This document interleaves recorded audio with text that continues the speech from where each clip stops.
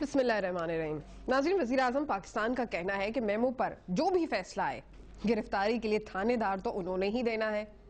آئین اور قانون کے مطابق منصور اعجاز کو سیکیورٹی فراہم کرنا وزارت داخلہ کا کام ہے۔ منصور اعجاز کی سیکیورٹی پر اربوں روپے خرچ بھی نہیں کیے جا سکتے، اور ایسا لگ رہا ہے جیسے وائس رائے یا امریکی سربراہ مملکت آ رہا ہے۔ میمو ہو یا کوئی اور چیز، اس سے کوئی خطرہ نہیں، تاہم دنیا کو اس کے حوالے سے جو پیغام دیا جا رہا ہے وہ خطرناک ہے کہ ایک آرٹیکل پر ہماری حکومتیں اور ادارے کمزور ہو کر گر سکتے ہیں اور ہم اپنے معاملات کو خود سلجھا تک نہیں سکتے۔ حسین حقانی کے بارے میں ان کا کہنا تھا کہ ابھی کوئی الزام ثابت نہیں ہوا، اور بقول ان کے جب تک کسی پر کوئی الزام ثابت نہیں ہو اس وقت تک وہ شخص بے قصور ہوتا ہے۔ منصور اعجاز کو کمیشن اور پارلیمانی کمیٹی دونوں کے سامنے پیش ہونا چاہیے۔ سپلائی لائن جماعت اسلامی سے پوچھ کر نہیں بند کی تھی، اب بھی ملک کے بہترین مفادات میں فیصلے کریں گے۔ پاکستان ہمسایہ ممالک سمیت دنیا کے تمام ممالک سے اچھے تعلقات رکھنے کا خواہاں ہے اور چاہتا ہے کہ تمام معاملات گفت و شنید اور ڈپلومیسی کے ذریعے حل کیے جائیں۔ یہ اشارہ شاید دفاع پاکستان کونسل کے جلسوں اور اراکین کی طرف تھا۔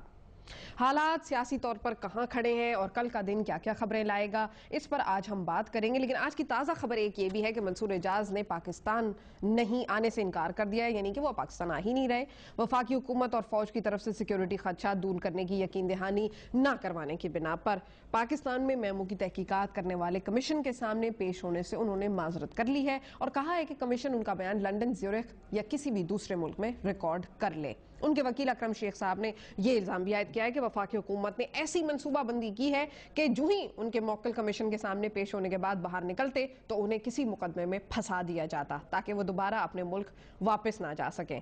اب ظاہر ہے کہ آج وفاقی وزیر داخلہ رحمان ملک صاحب نے بھی تڑکا لگا دیا یہ کہہ کر کہ حکومت منصور اعجاز کو تحفظ کی مکمل یقین دہانی کرائی۔ لگتا ہے جھوٹ پر مبنی ڈرامے کا ڈراپ سین ہو گیا ہے، پارلیمانی کمیٹی کہے گی تو منصور اعجاز کا نام ECL میں بھی شامل کر دیں گے۔